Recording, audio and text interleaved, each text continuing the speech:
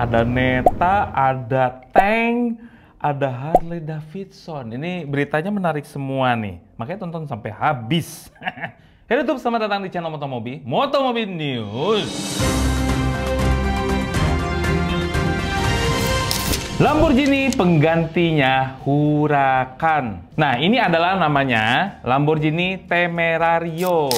Produk terbaru dari pabrikan supercar Italia yang menggantikan Huracan. Mesinnya pakai V8 Twin Turbocharger. Sistemnya juga mirip-mirip seperti Revuelto.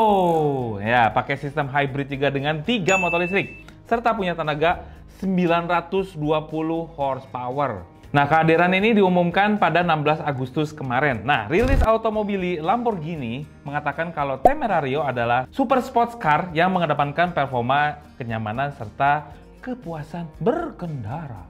Lamborghini Temerario juga merupakan produk kedua setelah Revuelto yang pakai teknologi hybrid yang namanya adalah Lamborghini High Performance Electrified Vehicle atau HPEV.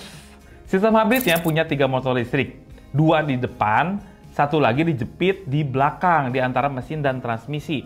Nah, sistemnya ini menjadi menarik karena dalam mode full EV, Temerario jadi Lamborghini pertama yang berpenggerak roda depan. Lucu banget ya. Nah, motor listrik yang terpasang di mesin menurut Lamborghini adalah yang paling menantang untuk dibuat. Mereka harus menghasilkan satu kesatuan penggerak yang ringkas supaya nggak memakan tempat. Hasilnya, motor listrik disatukan dengan mesin dan transmisi tanpa kopling.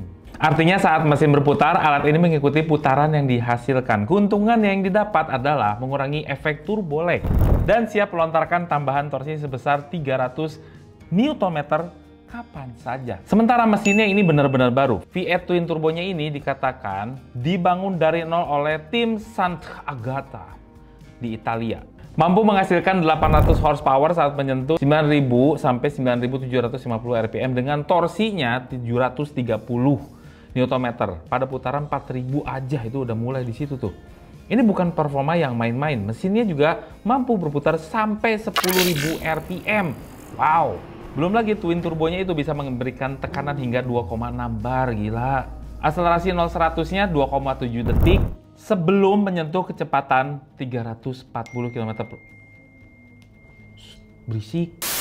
Di balik bentuknya terpasang rangkaian baru, tidak seperti Huracan yang sebelumnya yang mengkombinasikan karbon fiber dan aluminium. Temerario yang baru ini pakai aluminium full.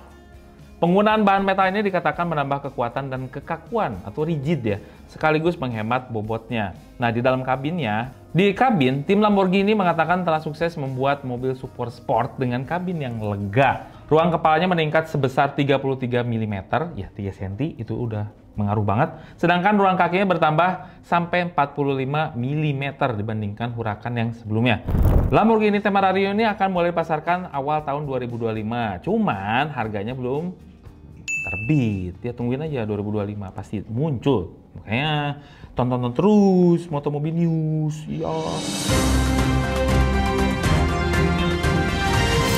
Neta S Station Wagon. Nah, ini baru keren. Neta S versi Station Wagon akhirnya resmi dipasarkan di China. Mobil ini udah mulai dijual dan bisa dipesan dengan harga yang menarik. Kalau didolarkan itu 24.000, tapi kalau dirupiahkan 380 jutaan. Di Cina, ini mobil disebut sebagai Neta S Liaison, yang artinya pakaian berburu. Tapi karena agak aneh kalau kami menyebutnya mobil pakaian berburu, jadi kita juluki saja Neta S Hunting. Cie.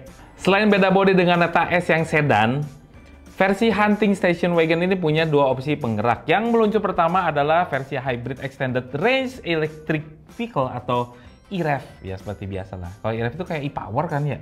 Ya kan, yang sebetulnya tenaga motor listriknya ada utamanya, cuman kalau pengen ngecas itu dicasnya sama mesin bensin gitu. Nah, tapi ini unik karena Neta pertama kalinya ada pakai mesin ICE, ya kan? Nah, mesin bensinnya ini untuk ngecas baterainya itu cuman 1500 cc bertenaga 94 horsepower.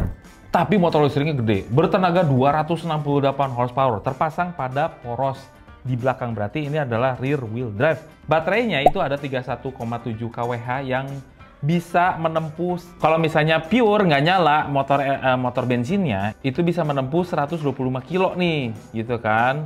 Dan ada baterai satu lagi tuh yang lebih panjang, 43,88 kWh yang bisa menempuh jarak 185 km tanpa ngecas. Yang dicasnya pakai mesin tadi kan, ingat ya, pakai mesin. Nah, ada ya, ajan dulu. Later. Nah, dengan adanya mesin bensin ini pasti jadi lebih jauh lagi, meski Neta nggak menyebut seberapa jauh. Terus ada versi yang EV murni nih, meluncur belakangan dengan dua varian lagi. Yang pertama, penggeraknya motor elektrik yang dipasang di belakang, bertenaga 268 horsepower. Varian yang teratasnya itu all-wheel drive, dibekali motor 228 horsepower di depan, dan motor belakangnya itu 268 horsepower. Dimensinya cukup masuk akal untuk sebuah mobil keluarga, meski agak sedikit lebar ya. Panjangnya itu 4,9 meteran, lebarnya 1,9 meter, tingginya 1,48 meter, wheelbase-nya, ini panjang sih, 2980 mm. Biasanya emang 2900-an lah kalau mobil listrik, tapi ini agak sedikit lebih panjang. Harga jual Neta S Station Wagon ini, seperti yang tadi Mamang bilang gitu ya, mulai dari $24.500 Amerika untuk versi yang paling bawah. Di atasnya itu ada Neta S E-Rev 300 Pro yang dipasarkan seharga $26.450 US dollar. Sedangkan yang paling mahalnya E-Rev 300 Max itu seharga $29.250 US dollar. Delivery-nya mulai September nanti. Nah, tapi kalau ke Indonesia kapan, Mang? Belum ada kabar sih sebetulnya, tapi gambar-gambarnya sudah beredar, bisa dilihat dulu. Kalau misalnya animonya rame, bisa didatengin tuh. Misal. Mudah-mudahan. Oke, ini ada berita tentang tank 500. Waduh, ya. Ini berita bagus untuk para pejabat yang lagi mencari mobil dinas. Iya, atau pengusaha yang banyak duit, tapi pengen aman di jalan. Karena apa? Ini bener-bener tank nih. Jadi di Rusia itu ada perusahaan bernama Armor Group yang memodifikasi tank 500 supaya kebal peluru. Jadi Armor Group menambah lapisan plat baja anti proyektil di hampir semua bagian mobil, termasuk penambahan panel di belakang jok baris kedua. Itu yang paling penting di jok baris kedua tuh. Selain itu, pintu dan jendela kolong mobil dan pelaknya juga mendapatkan perlindungan. Ruang mesin juga dilengkapi lapisan baja, bahkan ada sistem pemadam kebakarannya sendiri tuh di situ. Menurut Armor Group, metode pemasangan plat anti bedil tersebut dilakukan dengan pengelasan yang seminimal mungkin demi kekuatan dan menekan bobot. Nah, tambahan tersebut dikatakan telah sesuai dengan standar BR4 GOST.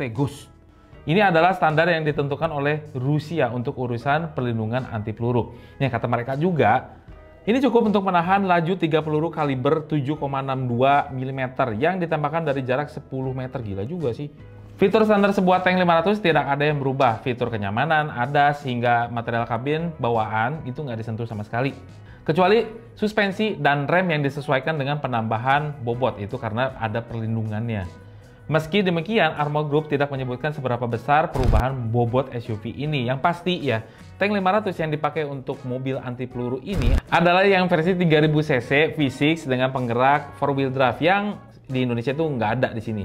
Tenaganya tuh 355 horsepower dengan torsi 500 Nm. Untuk referensi, yang Indonesia itu hanya 2000 cc aja, hybrid dengan output 342 horsepower. Tank 500 anti peluru ini dijual dengan harga setara 2,7 miliar. Ayo, pilih Mini, Land Cruiser. Tapi ini udah dapat anti peluru. Di Indonesia harga tank ini hanya 1,196 miliar, 1,2 M-an. Harley Davidson buka dealer kelima di Indonesia. Wow! Harley Davidson baru saja memasukkan dealer terbarunya, yaitu di Indomobil Harley Davidson of Jakarta, berlokasi di Wisma Indomobil lantai 5 di Legend MT Haryono, Jakarta Timur. Ini merupakan langkah strategis karena merupakan salah satu bukti komitmen Harley Davidson untuk lebih dekat dengan para pelanggan setianya. Itu nggak akan habis itu.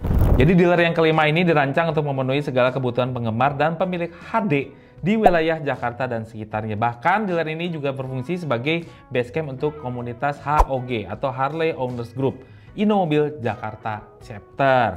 Kata Pak Mark O'Flaherty, Managing Director Asia Emerging Markets and India gitu ya. Melalui pembukaan dealer baru ini, Harley Davidson ingin memperkuat komitmennya untuk memberikan pelayanan terbaik yang menyeluruh bagi konsumennya. Itu kata Pak Mark O'Flaherty. Sementara itu kata Pak Irvino Edward Lee, Sales and Marketing Director JLM Auto Indonesia. Jadi kata beliau, pemilihan mitra bersama Indomobil Group ini tentunya akan memberikan pelayanan yang optimal, terutama bagi seluruh konsumen pecinta HD di Indonesia. Tuh. Di dealer ini selain dipajang motor Harley Davidson juga ada bengkelnya juga. Jadi kalau beli ada bengkel juga di situ. Ini dia, penjualan mobil Suzuki meningkat. Nah gini dong Suzuki. Jadi PT Suzuki Indomobil Sales atau SIS mengumumkan kenaikan jumlah penjualan secara retail untuk bulan Juli 2024 lalu. Produk kendaraan penumpang maupun komersial yang mereka jajakan mengalami kenaikan volume penjualan masing-masing sebesar 8 dan 11%. Keren nih. Peningkatan angka penjualan terbesar dialami Suzuki Baleno. Nggak tanggung-tanggung, kenaikannya sampai 40%. Iya, murah sekarang. Kemudian diikuti oleh SL7 yang jualannya meningkat sebesar 20%. Varian SL7 Hybrid ini dikatakan paling laku. Iya, bagus, gagah soalnya. Mengikuti di belakang SL7 ada Suzuki Grand Vitara dengan kenaikan 14% dan Espresso naik 13% dibanding bulan sebelumnya. Kemudian di sektor kendaraan komersial, Suzuki mengandalkan Carry. Ya, ini Carry emang lawannya itu beratnya tuh Grand Max ya. Cuman ini cukup bersinar karena dikatakan mengalami peningkatan penjualan retail hingga 11% dibanding periode Juni 2024 yang kemarin. Suzuki adalah merek kedua yang mengklaim mengalami pertumbuhan secara retail sales di pasar otomotif Indonesia dengan jumlah 5.017 unit. Nah, sebelumnya Honda Prospect Motor juga mengumumkan hal serupa setelah sukses menjual 7.709 unit di bulan Juli. Nah, jadi total penjualan kendaraan roda 4 selama Januari hingga Juli 2024 mencapai 508.050 unit. Ini overall. Wah, gila. Tapi ini sebetulnya penurunan dari tahun yang lalu, karena di tahun yang lalu bulan yang sama total penjualannya adalah 570.891 unit, turun sekitar 62 ribuan turun unit. Jangan lupa untuk tekan tanda jempol ke atas, subscribe channel Motomobi, Omobi, dan Mesmobi. Berikut tanda loncengnya, share juga berita ini ke seluruh dunia, ke teman-teman Anda, ke kakek-kakek Anda, ke nenek-nenek Anda, walaupun udah nggak ngerti pikun, biarin aja suruh nonton, biar cepet cenghar terus gitu ya. Terus jangan lupa juga untuk baca artikelnya di motomobinews.id karena di situ ada berita-berita menarik mengenai dunia otomotif di seluruh dunia, bahkan di Indonesia. Kebalik, di Indonesia bahkan di seluruh dunia. Iya. Terima kasih telah menonton. Kamu tepuk tangan.